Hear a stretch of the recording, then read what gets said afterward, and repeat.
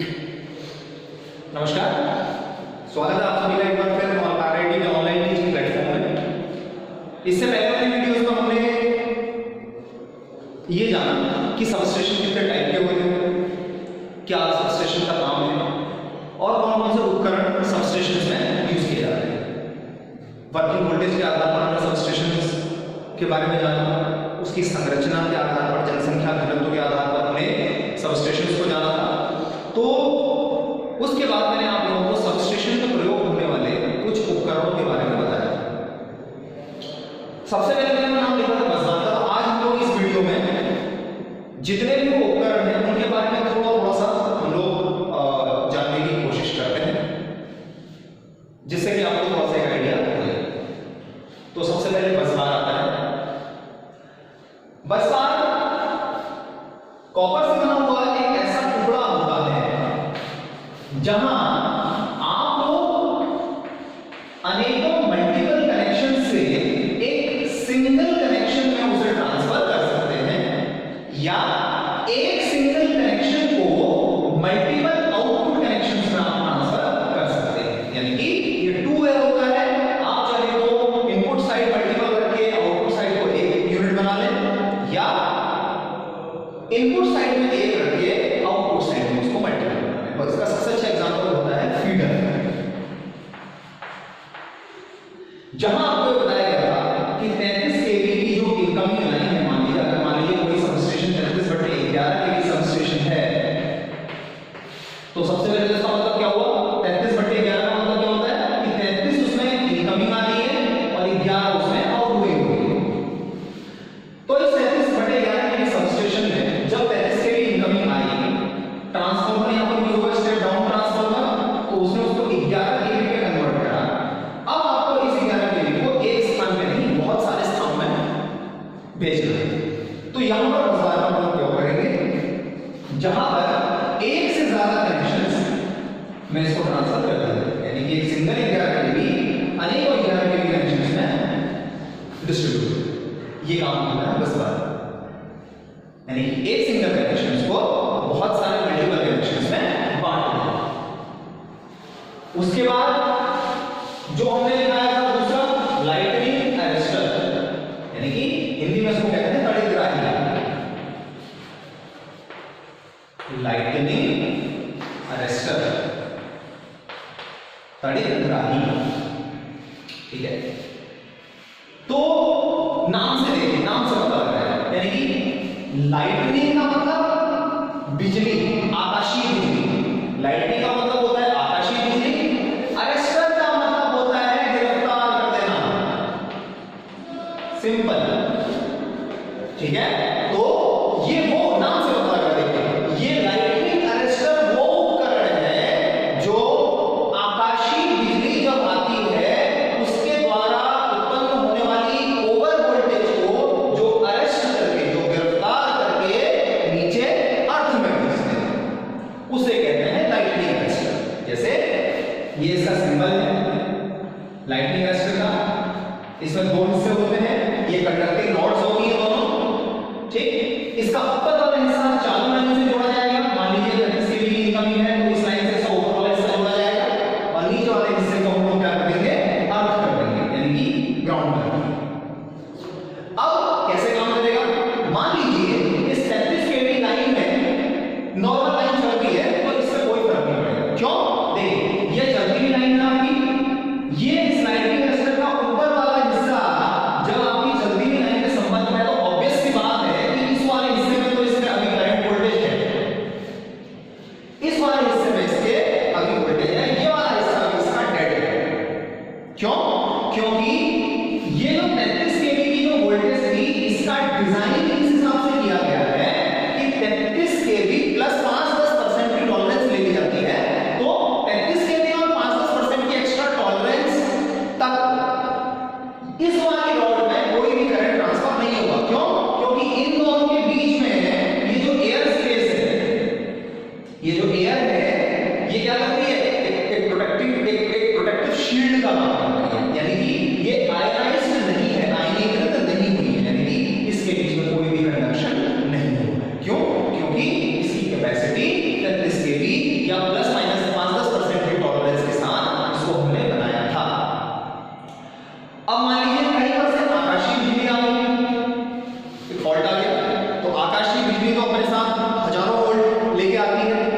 अगर वो हजारों वोल्ट बिना किसी रक्षा यंत्र के सीधे हमारे सबस्टेशन में आ गई तो सबस्टेशन में लगभग जितने भी उपकरण रखे होंगे ना वो सबको फूक देगी, शॉर्ट सर्किट हो जाएगा, आग लग जाएगी सबस्टेशन में। तो ये हमने रक्षा का यंत्र लगाया, ये प्रोटेक्टिव, आपने नाम देखो, हम प्रोटेक्शन की ओर आ गए, प्रोटेक्शन यानी कि ये एक रक्षा का उपयंत्र है जो सबस्टेशन की रक्षा कर रहा है। इससे आकाशीय बिजली से, इसलिए इसका नाम है लाइटनिंग आर्रेस्टर। तो जिस किसी भी पॉइंट पे आकाशीय बिजली आएगी, इस वाले अपर वोल्ट का कैपेसिटी से ज्यादा इसमें करंट फ्लो होने लगेगी, तब क्या होगा, इन दोनों के बीच की जो ये एयर है ये आयनाइज हो जाएगी, आयनीकरण हो जाएगी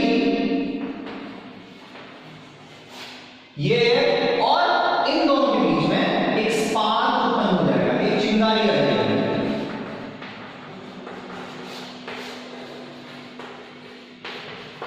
एक स्पार्क क्रिएट, और स्पार्क करंट को कैरी कराने का बहुत ही अच्छा माध्यम है।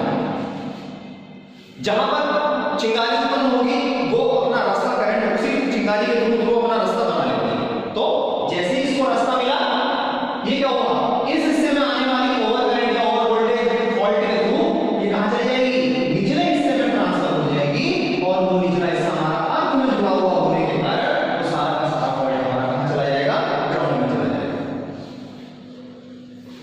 ये काम होता है लाइटनिंग आर्रेस्टर। तो लाइटनिंग आर्रेस्टर एक बार फिर से, जो आकाशीय बिजली द्वारा उत्पन्न होने वाले फॉल्ट को सीधे के सीधे ग्राउंड कर दे और सबस्टेशन की रक्षा करे, उसे हम लोग कहते हैं लाइटनिंग आर्रेस्टर। अब बारी आती है सर्किट ब्रेकर।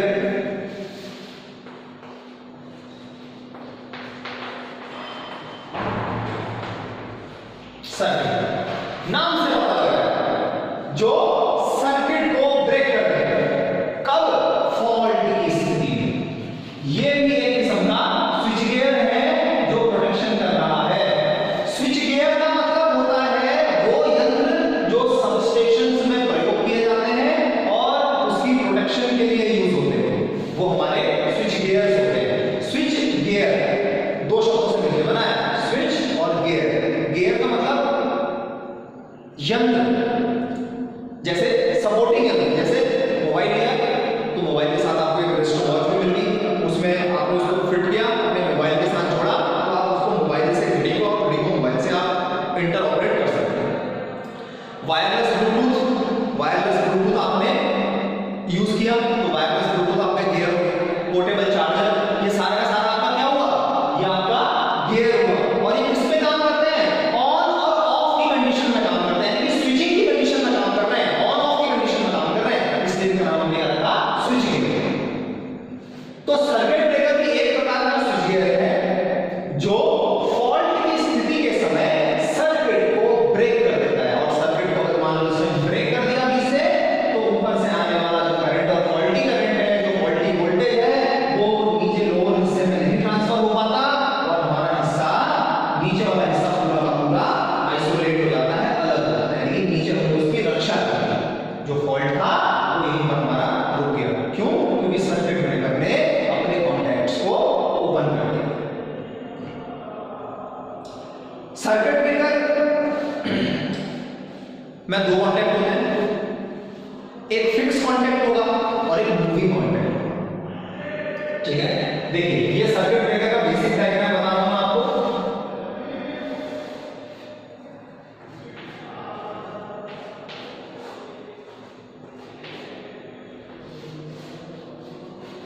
ये सर्किट ब्रेकर का बेसिक डायग्राम है।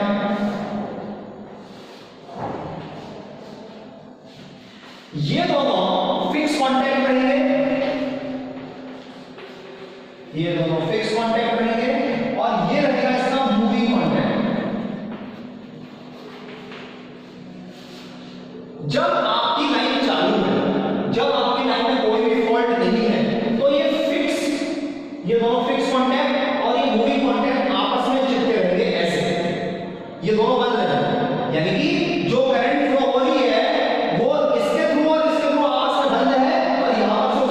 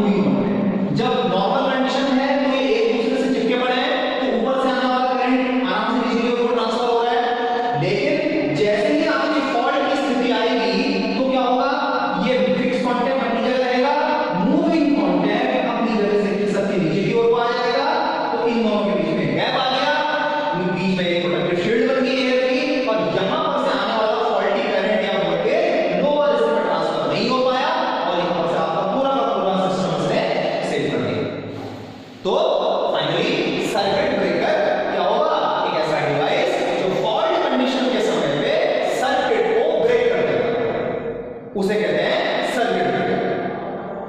अब जब ये अलग अलग होंगे ना तो इनके बीच में ऑब्वियसली बात है दोनों का टेंपरेचर डिफरेंस होगा, तो इन दोनों के बीच में क्या होगा, इलेक्ट्रॉन्स का आयंस का जमावड़ा हो जाता है इससे।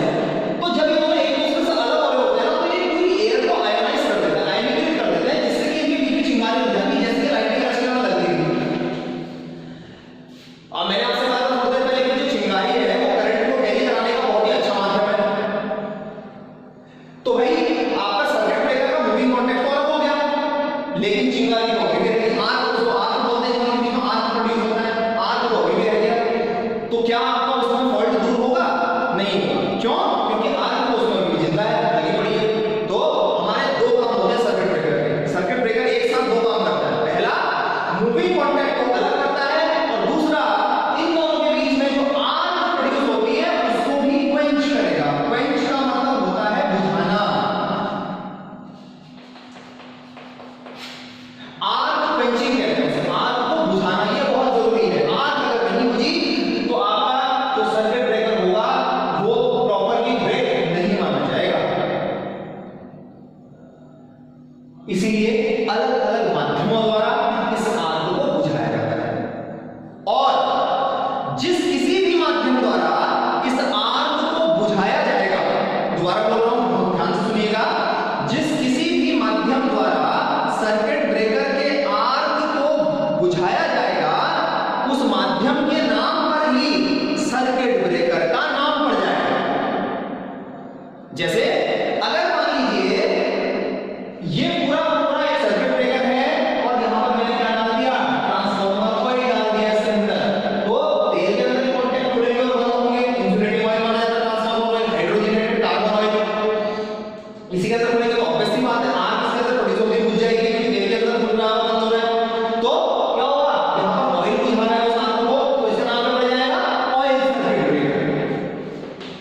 अगर एयर का झोंका, हवा का प्रेशर बनाया जाता है और एकदम से उसकी टाइमिंग बिल्कुल सटीक रखी जाती है। टाइमिंग ऐसे रखी जाती है कि जैसे ही सर्किट फॉल्ट कंडीशन के समय जैसे ही सर्किट ब्रेकर का मूविंग हिस्सा नीचे की ओर को आए वैसे ही यहां से एयर प्रेशर चला जाए, तो मूविंग हिस्सा भी नीचे की ओर को आ गया और हवा के झोंके से आग भी बुझ गई। तो वहां पर कौन बुझा रहा है आग को, एयर बुझा रहा है। तो सर्किट ब्रेकर का नाम क्या हो जाएगा, एयर सर्किट ब्रेकर। एक गैस आती है जिसका नाम होता है सल्फर हेक्साफ्लोराइड। सल्फर हेक्साफ्लोराइड यानी कि शॉर्ट फॉर्म में इसको कहते हैं SF6, सल्फर हेक्साफ्लोराइड। ये एक इलेक्ट्रोनेगेटिव गैस है जो कि आग को बुझाने की बहुत ही अच्छी मीडियम मानी जाती है। इसलिए कभी-कभी हम एयर जो हाई कैपेसिटी वाले या उच्च रेटिंग वाले जो सर्किट ब्रेकर होते हैं वहां पर इस SF6 सर्किट ब्रेकर का प्रयोग किया जाता है। यानी कि वहां पर जो आग लगी थी इसको कौन बुझा रहा है, वो SF6 गैस बुझा रही है। इसलिए सर्किट ब्रेकर का नाम हमने क्या रख दिया, SF6 सर्किट ब्रेकर। और आपको और भी ज्यादा प्रिसाइज और भी ज्यादा कंट्रोल्ड अगर सर्किट ब्रेकर चाहिए तो आप क्या कर सकते हैं, इन सर्किट ब्रेकर के फिक्स और मूविंग कॉन्टैक्ट्स को निर्वात यानी कि वैक्यूम में भी खोल या बंद कर सकते हैं। तो अगर ये आग को बुझाने का काम अगर वैक्यूम कर रहा है तो सर्किट ब्रेकर का नाम क्या हो जाएगा, वैक्यूम सर्किट ब्रेकर, VC। तो आपके ये इतने टाइप के सर्किट ब्रेकर हो, यानी कि ऑयल सर्किट ब्रेकर हो गया, एयर सर्किट ब्रेकर हो गया, SF6 सर्किट ब्रेकर हो गया और वैक्यूम सर्किट ब्रेकर हो गया। एयर सर्किट ब्रेकर दो प्रकार का होगा, एक होगा क्रॉस ब्लास्ट सर्किट ब्रेकर और एक होगा axial blast circuit breaker. Air circuit breaker के दो टाइप्स हैं, क्रॉस ब्लास्ट सर्किट ब्रेकर और axial blast circuit breaker. Circuit breaker की डिटेल जानकारी हम सर्किट ब्रेकर वाली यूनिटी पूरी अलग है, तो हम जब आगे को बढ़ेंगे तो सर्किट ब्रेकर में आपको बहुत अच्छे से विस्तार से समझाऊंगा। अभी तो मैं आपको खाली बस ये बताने की कोशिश कर रहा हूं कि सर्किट ब्रेकर का मेन काम क्या होगा। तो सर्किट ब्रेकर का मेन काम क्या है, फॉल्ट कंडीशन के समय सर्किट को ब्रेक कर देना, अलग कर देना। और एक बात, सर्किट ब्रेकर दोनों ही मीडियम में यूज होता है, ये ऑटोमेटिक भी होता है मोड्स में, सॉरी ये ऑटोमेटिक मोड में भी यूज कर सकते हैं इसको और मैनुअल भी इसको यूज कर सकते हैं। मैनुअल की जरूरत तब पड़ेगी जब आपकी लाइन में कोई रिपेयर या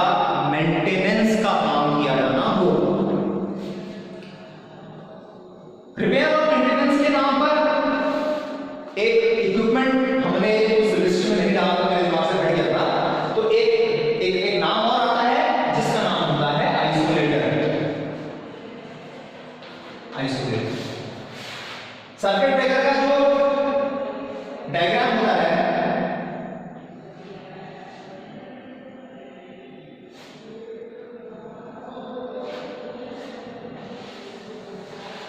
ये इसका सिंबल डायग्राम है। ये फिक्स कांटेक्ट दिखाया जा रहा है, ये मूविंग कांटेक्ट है। आइसोलेटर छूट गया था। आइसोलेटर